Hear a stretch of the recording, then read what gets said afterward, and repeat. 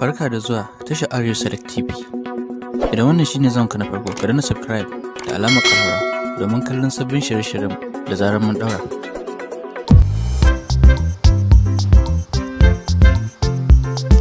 Fitaccen jarumar wasan Hausa Rahama ta sake ɗaukar hankalin 'yan social media a wannan satin, musamman 'yan arewacin Najeriya, kai har da kudan ma. Rahama Sadau ta saki hotuna da bidiyo na murnar cika da shekara 29. Rahama Sadau tana shan suka a kafafen sada zumunta saboda irin yadda take nuna tsiraici a fili ba tare da yin shakku ko tsoro ba, kamar yadda za ku gani a cikin bidiyoyin da muka samu muku.